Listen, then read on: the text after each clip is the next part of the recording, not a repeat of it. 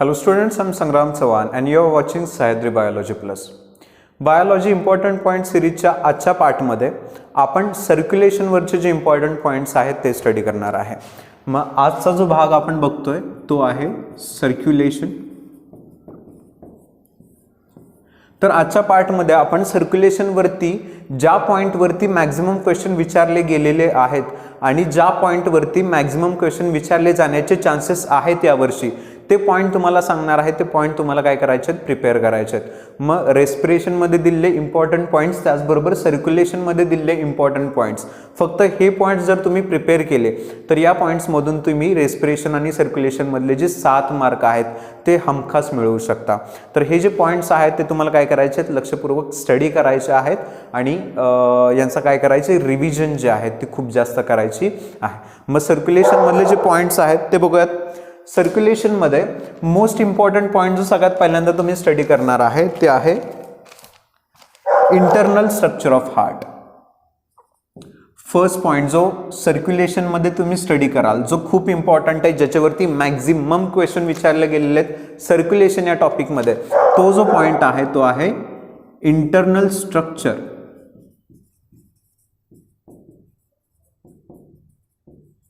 Of heart.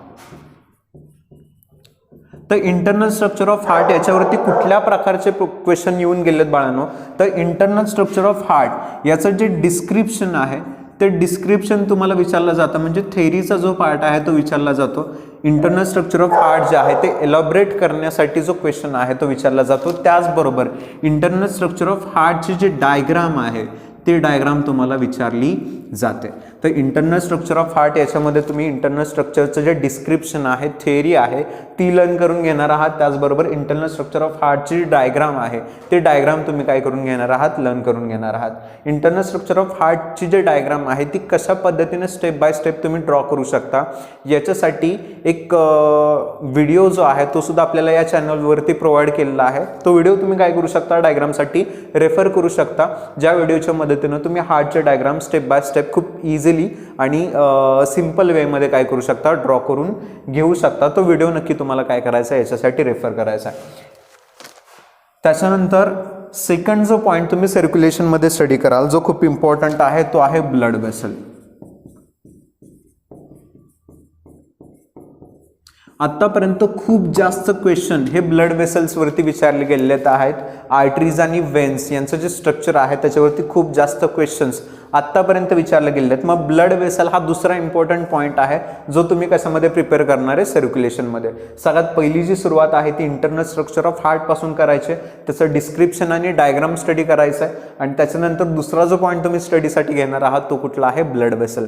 आता blood वेसलमध्ये तुम्ही काय काय प्रिपेअर करू शकता, तर सगळ्यात पहिल्यांदा ब्लड वेसलमध्ये तुम्हाला लर्न करायचं आहे TS, ट्रान्सफर सेक्शन लर्न करायचा आहे. कशा कशाचा, आर्टरीचा आणि वेन्सचा. याच्यावरती खूप क्वेश्चन विचारले जातात. ट्रान्सफर सेक्शन ऑफ आर्टरी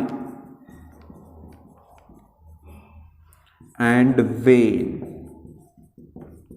याच्यावरती खूप क्वेश्चन विचारले जातात. हा पहिला पॉईंट तुम्ही प्रिपेअर कराल ब्लड वेसलमध्ये, transfer section of artery and Wien.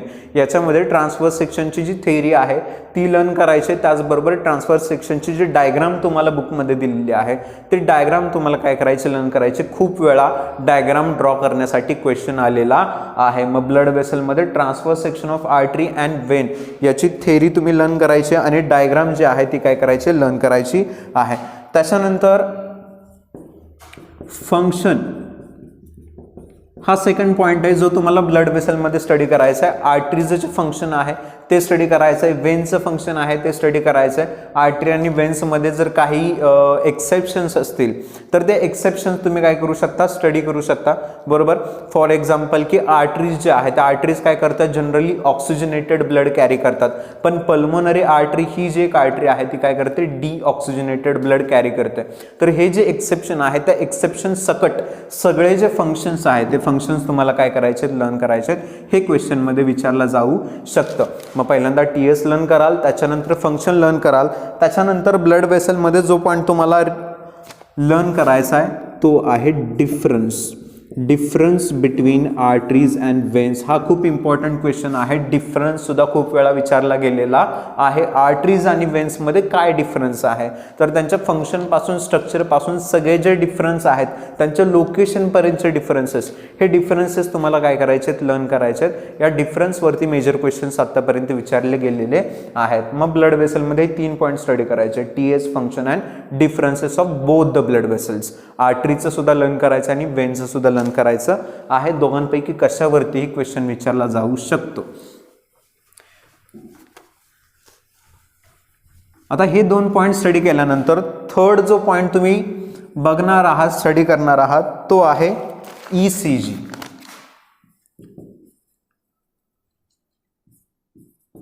One of the most important points मध्ये कोण इन्क्लूड केलं जातं, तर ECG इन्क्लूड केला जातो, इलेक्ट्रोकार्डिओग्राफ. बरोबर, याच्यावरती खूप जास्त क्वेश्चन्स आतापर्यंत विचारलेले आहेत. जर PYQ स्टडी कराल तर PYQ जर तुम्ही मांडले असे सर्क्युलेशनचे, तर ECGचे खूप सारे ग्राफ तुम्हाला असे इझिली पाहायला मिळतील. म्हणजे ECG वरती आतापर्यंत खूप जास्त क्वेश्चन आलेले आहेत. मग हार्ट, ब्लड वेसल नंतर तिसरा जो पॉईंट तुम्ही स्टडी करायला घेणार आहात तो आहे ECG. ECG मध्ये तुम्ही काय काय लर्न कराल, तर ECG मध्ये ECGची थेरी जी आहे,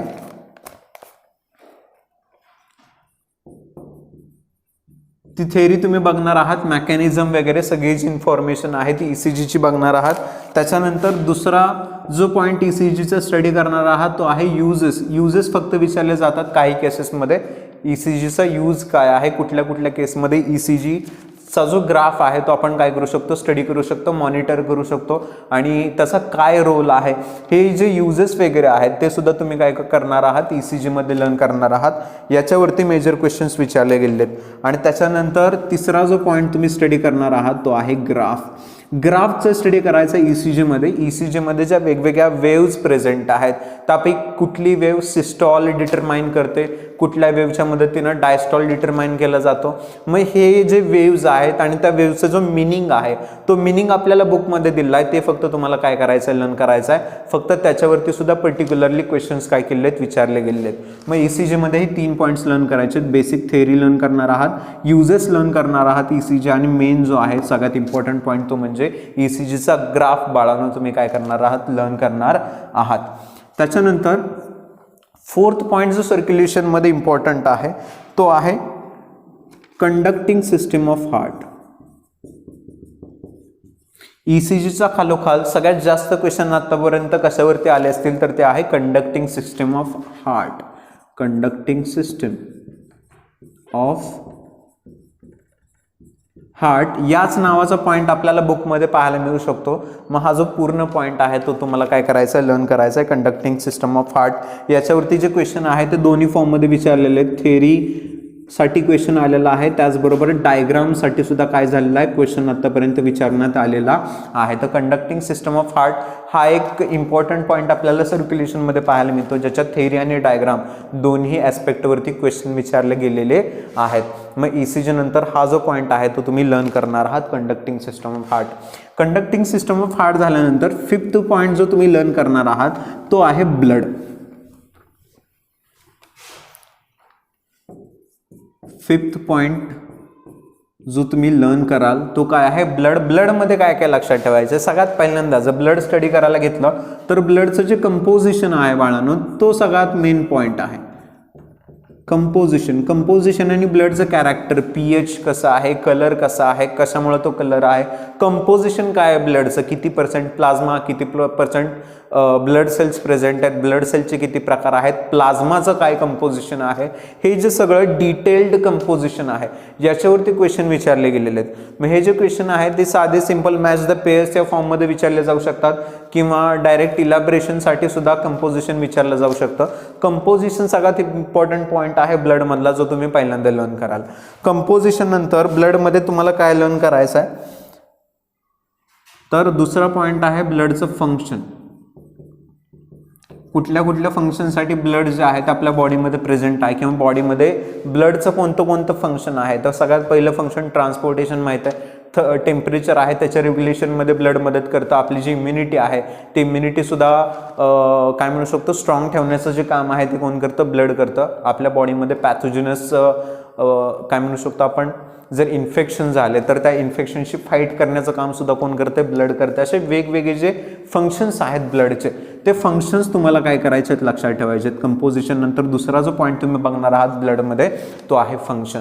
आता फंक्शन झालं, कंपोजिशन झालं, त्यानंतर अजून क्वेश्चन कशावरती विचारले जातात ब्लडमध्ये? तर ते आहे ब्लड सेल्स. RBCs असतील, WBCs असतील, प्लेटलेट्स असतील, यांच्यावरती नोट विचारली जाते. त्यातल्या त्यात सगळ्यात जास्त क्वेश्चन कशावरती विचारले जातात? तर WBC वरती विचारले जातात. कंपोजिशन फंक्शन नंतर मोस्ट इम्पॉर्टंट पॉइंट जो आपल्याला सर्क्युलेशनमध्ये पाहायला मिळतो बाळांनो, तो काय आहे? WBC, white blood cell. यांच्यावरती खूप जास्त क्वेश्चन आतापर्यंत विचारले गेलेले आहेत. व्हाईट ब्लड सेलचे वेगवेगळे टाइप्स आहेत, ते टाइप्स लर्न करायचे आहेत. त्या टाइप्सचं काय स्पेशल फीचर आहे ते फीचर तुम्हाला काय करायचं आहे? लर्न करायचं आहे. WBC बद्दल सगळीच्या सगळी माहिती तुम्हाला काय करायची आहे? लर्न करायची आहे. याच्या खालोखाल तुम्हाला लर्न करायचं आहे RBCs and platelets.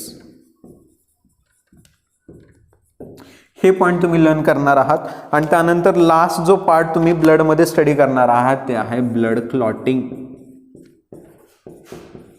Blood क्लॉटिंगचं mechanism तुम्हाला लर्न करायचं की ब्लड क्लॉट कशा पद्धतीनं फॉर्म होतो. बरोबर, म्हणजे जेव्हा एखादी जखम होते तेव्हा ती जखम नेहमी वाहत नाही. बरोबर, ब्लड फ्लो आहे तो थोडा वेळानंतर काय होतं? स्टॉप होतोय. कशामुळे स्टॉप होतं? तर ब्लडच्या क्लॉटिंगमुळे तो जो ब्लड फ्लो आहे तो स्टॉप होतो. म्हणजे ब्लड क्लॉटिंगचं पूर्ण मेकॅनिझम तुम्हाला काय करायचं? लर्न करायचं. याच्यावरती सुद्धा एक क्वेश्चन येऊन गेलेला आहे. मग ब्लडमध्ये तुम्ही कंपोजिशन फंक्शनवरती स्टडी करणार आहात. त्यानंतर ब्लड सेलमध्ये WBCला सगळ्यात जास्त इम्पॉर्टन्स द्यायचा आहे. WBC पहिल्यांदा प्रिपेअर करून घ्या. RBC प्लेटलेट्स मागे ठेवू शकता. WBC झाल्यानंतर RBC platelets and blood clotting हे जे पॉईंट आहे ते तुम्हाला काय करायचे आहेत? ब्लडमधून प्रिपेअर करायचे आहेत. त्याच्यानंतर 6th पॉईंट सर्क्युलेशनमध्ये स्टडी कराल तो आहे वॉल्स. हार्टमध्ये प्रेझेंट असणारे वेगवेगळे वॉल्स. हे जे वॉल्स आहेत त्यांच्यावरती सुद्धा क्वेश्चन विचारला गेलेला आहे आतापर्यंत. वॉल्समध्ये तुम्ही काय लक्षात ठेवाल? सगळ्यात पहिल्यांदा वॉलमध्ये तुम्ही लक्षात ठेवणार आहात ते आहे वॉलचं नाव. बरोबर, वेगवेगळे वॉल्स आहेत हार्टमध्ये प्रेझेंट आणि त्या वेगवेगळ्या वॉल्सला वेगवेगळी नावं आहेत. ती नावं तुम्ही काय करणार आहात? लक्षात ठेवणार आहात. मग तो जो पर्टिक्युलर वॉल आहे त्याचं लोकेशन काय आहे हार्टमध्ये, ते लोकेशन तुम्हाला लक्षात ठेवायचं आहे. आणि लोकेशन नंतर त्या वॉलचं फंक्शन जे आहे ते फंक्शन तुम्हाला काय करायचं? लक्षात ठेवायचं. याच्यावरती सुद्धा 1 ते 2 मार्कचे क्वेश्चन आतापर्यंत विचारले गेलेले आहेत. मग ब्लड नंतर नेक्स्ट पॉईंट तुम्ही स्टडी कराल तो आहे वॉल्स. वॉल्समध्ये वॉलचं नाव, लोकेशन आणि फंक्शन हे काय करायचं आहे? तुम्हाला लर्न करून घ्यायचं आहे. त्याच्यानंतर 7th इम्पॉर्टंट पॉइंट जो आहे तो आहे ब्लड प्रेशर. ब्लड प्रेशर हा एक इम्पॉर्टंट पॉईंट आपल्याला सर्क्युलेशन मध्ये पाहायला मिळतो, ज्याच्यावरती आत्तापर्यंत एक 3-4 क्वेश्चन विचारले गेले आहेत. मग ब्लड प्रेशरमध्ये काय काय पॉईंट तुम्ही स्टडी करणार आहात? ब्लड प्रेशरमध्ये सगळ्यात पहिल्यांदा ब्लड प्रेशरची डेफिनेशन बाळांनो. ही डेफिनेशन लक्षात ठेवायची. What is blood pressure? Blood प्रेशरची डेफिनेशन हा पहिला पॉईंट तुम्ही लक्षात घ्याल. त्याच्यानंतर दुसरा पॉईंट तुम्ही ब्लड प्रेशरमध्ये बघणार आहात तो आहे types of blood pressure.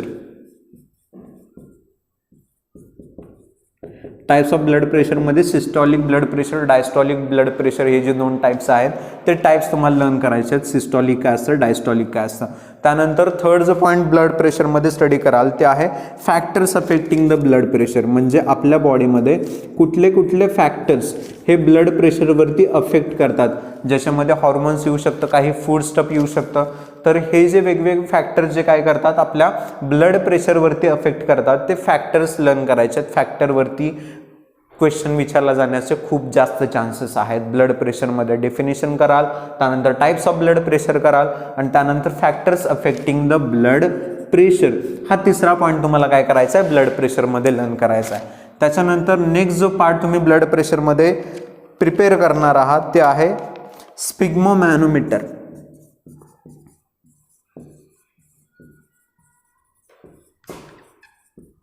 Blood pressure मोजण्याचं जे मशीन आहे त्याला काय म्हटलं जातं? स्पिग्मोमॅनोमीटर असं म्हटलं जातं. जसं डिस्क्रिप्शन आपल्याला आपल्या बुकमध्ये दिलं आहे, स्पिग्मोमॅनोमीटरवरती सुद्धा क्वेश्चन आतापर्यंत विचारले गेलेले आहेत. मग ब्लड प्रेशरमध्ये हा चौथा पॉईंट तुम्ही लर्न करणार आहात स्पिग्मोमॅनोमीटर. स्पिग्मोमॅनोमीटर शब्द ऐकला की लगेच तुम्हाला काय आठवलं पाहिजे, ब्लड प्रेशर आठवलं पाहिजे, त्याच्या रिलेटेड डिस्क्रिप्शन आहे ते तुम्हाला काय करायचं आहे तर ब्लड प्रेशरमध्ये इलॅबोरेट करायचं आहे. मग हा चौथा पॉईंट तुम्ही लर्न कराल ब्लड प्रेशरमध्ये. आणि त्याच्यानंतर नेक्स्ट जो पॉईंट तुम्ही ब्लड प्रेशरमध्ये लर्न करणार हा सगळ्यात शेवटचा ते आहे हायपरटेन्शन अँड हायपोटेन्शन. हायपरटेन्शन म्हणजे काय, ब्लड प्रेशर जास्त झालं त्याला काय म्हणायचं. हायपोटेन्शन म्हणजे काय, ब्लड प्रेशर कमी झालं तर त्याला काय म्हणायचं. हायपरटेन्शन हायपोटेन्शनमध्ये काय सिम्पटम्स आहे, ट्रीटमेंट काय आहे याच्याबद्दल माहिती आपल्याला बुकमध्ये दिली आहे. याच्यावरती क्वेश्चन विचारले जातात. हायपरटेन्शन हायपोटेन्शनवरती डिफरन्सेस सुद्धा विचारले जाण्याची शक्यता आहे. मग लास्ट जो पार्ट तुम्ही स्टडी कराल ब्लड प्रेशरमध्ये ते आहे हायपरटेन्शन अँड हायपोटेन्शन. ओके, तर ब्लड प्रेशरमध्ये आणि वॉल्समध्ये हे जे पॉइंट आहे ते तुम्ही काय कराल लर्न कराल. याच्यानंतर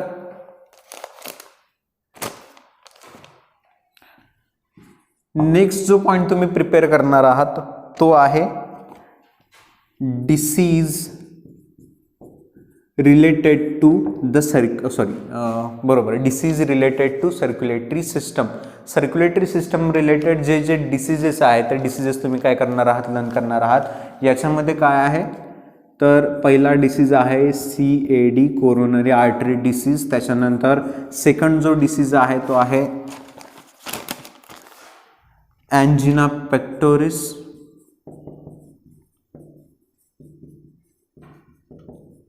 आणि थर्ड जी इन्फॉर्मेशन तुम्ही बघणार आहात ती बघणार आहात सायलंट अटॅक बद्दल.